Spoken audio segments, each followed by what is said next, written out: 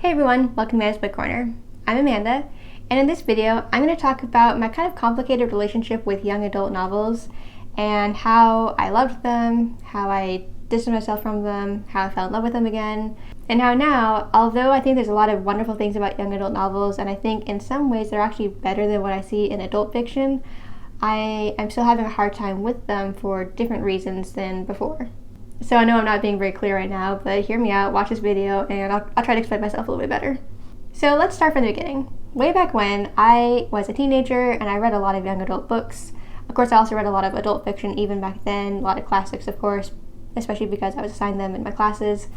But after I finished high school and I went to college and did my master's, I really fell out of reading for fun. I was reading a lot for school, and I was an English major as an undergrad, and so I was definitely reading plenty of books, especially classics. But after I finished my master's program, I kind of didn't know how to read books anymore. I didn't know how to pick out books that were for me, and I wasn't really sure what to do. And at that time, I was in my early to mid-20s, I really wanted to distance myself from young adult novels. At that time, I thought, well, I'm not a teenager, I shouldn't be reading this. I'm an adult, I have a degree, I have 2 degrees, and it felt like I shouldn't be reading YA anymore. I felt like I should be reading adult fiction. And for a couple of years, I did have a hard time kind of finding my footing with what books I like to read and what my tastes were at that point, because, after 5 years, I didn't really know what my book taste was, what genres I liked. But I was very adamant about staying far, far away from young adult. And it really wasn't until a few years ago that I finally started kind of opening up my heart to YA again.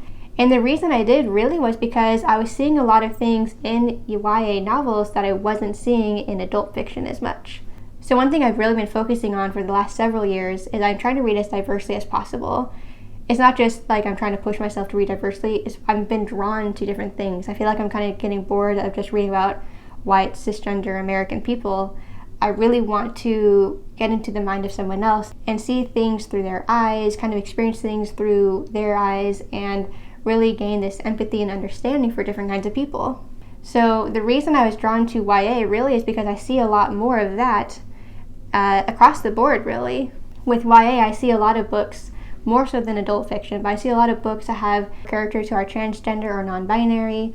I see discussion of police violence and racial profiling and how prisons are overwhelmingly filled up with Black people unfairly. I see books that are about immigration laws and characters who are undocumented, and I think it's just really interesting how there's so much diversity and so much progressive thought in YA, and a lot more so than what I see in adult fiction. And so this is why I really started falling in love with and getting back into YA books. For example, a couple of years ago I read a book called Felix Ever, which is about a transgender teenager who at the beginning of the book is a trans man, or boy, he's a teenager. But by the end of the book, he's kind of questioning what his gender identity really is and kind of reevaluating it and trying to find a term that better fits his identity. On top of that, this book also features a gay relationship as well. Another book I read a couple of years ago is called This Is My America, and this is about a young woman in Texas. She's a high schooler, and her dad has been on death row for the last several years, and his date is coming up very close. And she's fighting to prove that her dad is in fact innocent. In my review, I kind of compared it to like a Nancy Drew sort of character. She is working to solve a mystery, but it's also very dangerous and high stakes, and especially high stakes because she's trying to save her dad's life. Meanwhile, her brother is also on the run, and that's kind of the mystery she's solving, with proving he is also innocent of the crime that he's been accused of. So this is a great examination of the criminal justice situation and how there needs to be a lot of reform in terms of prisons and criminal justice, especially against Black people and other people of color. Here's another book that I read last year, which is called Cemetery Boys by Aidan Thomas. This is another book that highlights a transgender character, and this one really highlights the kind of struggle he's going through as a brujo, which is a witch, but a male witch, and the struggles that he has with his family, and his family's kind of accepting his identity and accepting what he can or cannot do, whether he can be a real brujo. And it also has discussion of other characters who are in the LGBTQ community, and a little relationship with another man as well. Okay, now a couple examples of books I haven't read yet, but I do plan to read. One is called Lobizona by Romina Garber. This one is about an undocumented woman whose family is originally from Argentina, and it really gets at immigration reform and these different attacks on immigrants, and especially people who are undocumented. In this case, it combines it with Argentine folklore and kind of like a werewolf sort of thing, which is the Lobizona going on in this book. And so this book looks really interesting. And this is another theme that I really care about. I really care about immigrants and having immigration reform so that they have a path to citizenship. And I don't really see that so much in adult fiction. There are some books about it. For example, Infinite Country by Patricia Engel, which I read last year as well. So, I mean, there are books about it, but I feel like this is an example of a book that I see more often in YA, or a topic I see more often in YA. And finally, a book that I just recently picked up at Barnes & Noble, you can see from the sticker, but this book is called Loveless by Alice Oseman, and this is a book about a character who is asexual and aromantic. I don't know if I've read any other books that have asexual characters in them. There is at least one other I know of called Aletso, or Letzoe, I'm not sure, which is by Darcy Little-Badger, and that one has an asexual, aromantic character as well. Haven't read that one yet. But this book is one of the very few books I know of that has asexual and aromantic characters in it, and both of the books I'm aware of are YA books. So, yet another example that YA fiction is a little bit ahead of the game when it comes to these different themes than I see in adult fiction generally. Those are just a few of the books that I have on my shelf, some that I've read, some that I plan to read. I have others that I could have shown as examples as well.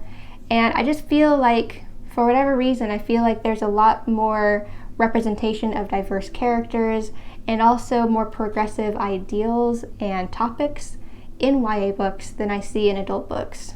I'm not going to try to make this too political, but I am a progressive-minded person, politically speaking, and so I do care about seeing different subjects that are talked about currently and seeing discussions of them in the books that I read and seeing different perspectives on them and getting the perspective of characters and people who are living these types of experiences that are discussed so much in politics today. I especially care about reading books from their perspectives and seeing what it's like to be faced with this difficult situation that's facing their community and people like them, and getting a glimpse of what that's like for them through their perspective in a fictionalized way. I think that's a really safe way to get to know it because you're getting the perspective of characters who are facing these things. You also get to see what kind of resistance they face and what kind of solutions that they discuss and what kind of things would work best to really resolve this issue. It's not always issues either. A lot of times it is really about acceptance and about people accepting them for who they are, respecting them for who they are, and really welcoming them and treating them with kindness, and just letting them live their lives as they want to live their lives and be able to be part of this community without being looked at or looked down on by people who don't think they should exist or don't think they should exist out loud, so to speak. So there are a lot of these different themes that I care about and different kinds of diversity that I care about, and I really do want to read more along these lines, along progressive lines, and I have found that for whatever reason, I just feel like I see a lot more of that in the YA novels that I see that are being published currently, that are being pushed and marketed and being discussed by other authors. Whereas in adult fiction, for whatever reason, I don't see as much of that. I'm not saying it doesn't exist, but I feel like overall, YA books are a little bit more cutting edge or a little bit more with the current times than adult fiction. Adult fiction to me feels a little bit behind the times in terms of the kind of characters we see and the kinds of discussions that we're seeing about important themes that are affecting us today. Now, I haven't done any hard research on this, but I assume that a large part of this is that younger people do tend to be more progressive-minded, and of course are more up-to-date on what current themes are going on because that's what's been happening throughout their lifetime, their entire lifetime as they know it.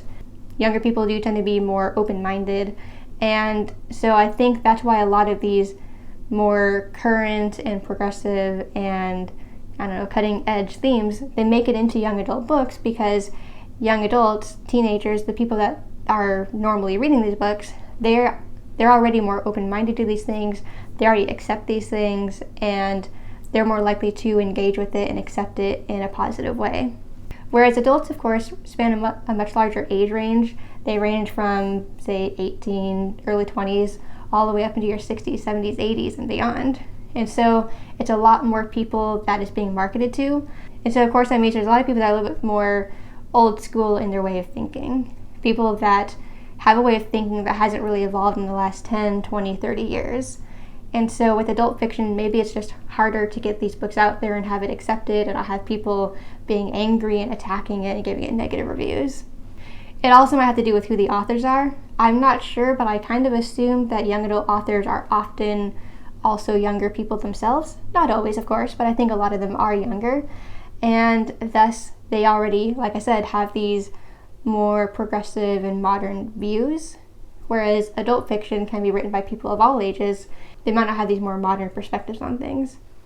I hope this isn't coming across as ageist, because I really do not mean it to be ageist, and I know that anyone of any age can have any political ideology or perspective on different things. It's just a trend that younger people do tend to be more left-leaning and more open-minded about certain things than people who are older and have more conservative ways of thinking.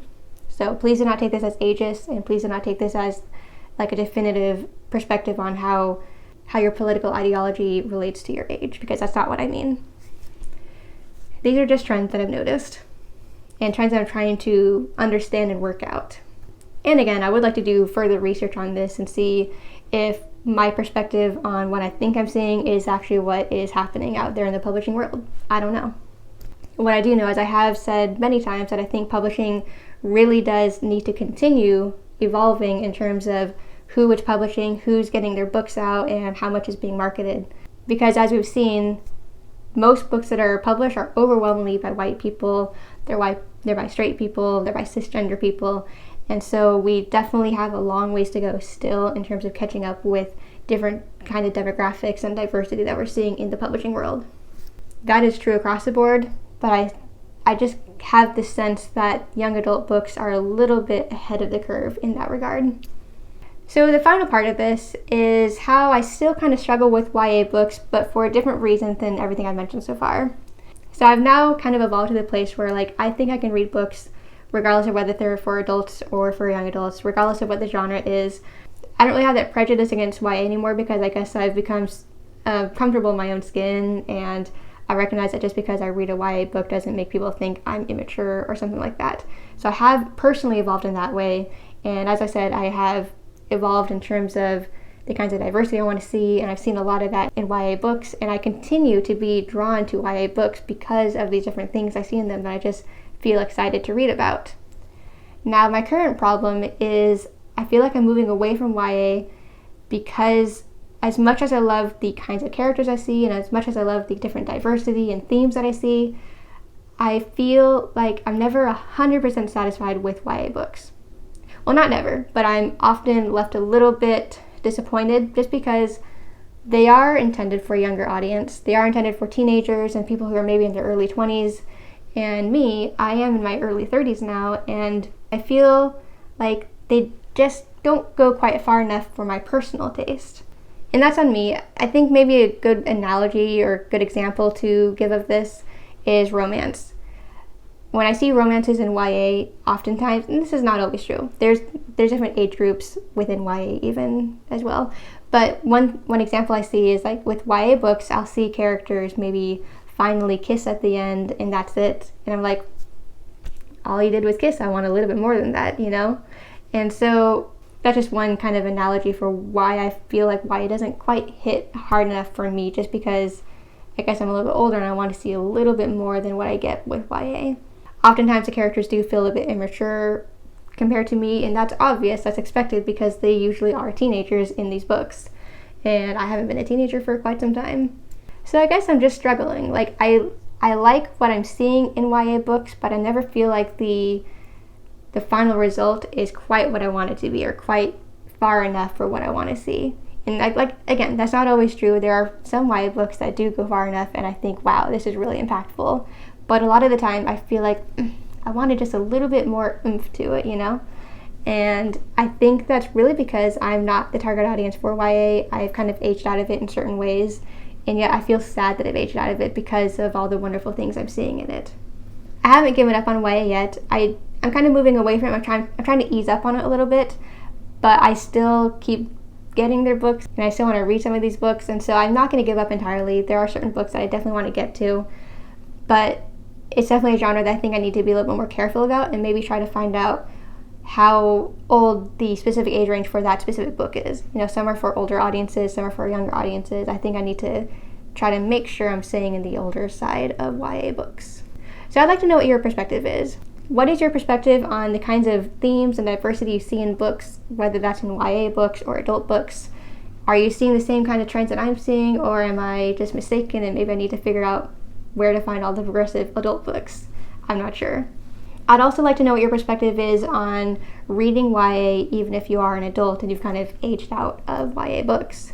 Do you feel completely satisfied with them? Do you feel like they hit you quite the same way that adult books do? I'd really love to hear what your thoughts are, what your perspective is, what your experiences with YA books are, and I'd like to have kind of a conversation about this. Also, if you have any answers or just guesses about why I'm seeing more progressive and diverse ideals in YA, I'd love to hear your thoughts about that as well. And I just want to end by saying that this is not meant to be an attack against YA. I do love YA, as I've tried to express. I just recognize that sometimes it doesn't quite work for me, and that's because of my age and because of the kinds of things that I've read in other books and seen in movies and lived in life, that they don't quite hit the same way because they're not intended for me. But I still love and completely respect YA books, and I think they definitely have a place for young people and adults alike. So those are just some of my thoughts and observations. I'd love to hear what you think, and I hope you liked this video. If you did, please like, comment, and subscribe. And to make sure you don't miss any more of my videos, please ring the bell to get all my notifications. I put out about 2 to 3 book review videos every week, as well as 1 to 2 videos like this one, like vlogs and listicles. So thanks for watching this video, and I hope to see you in the next one. Bye!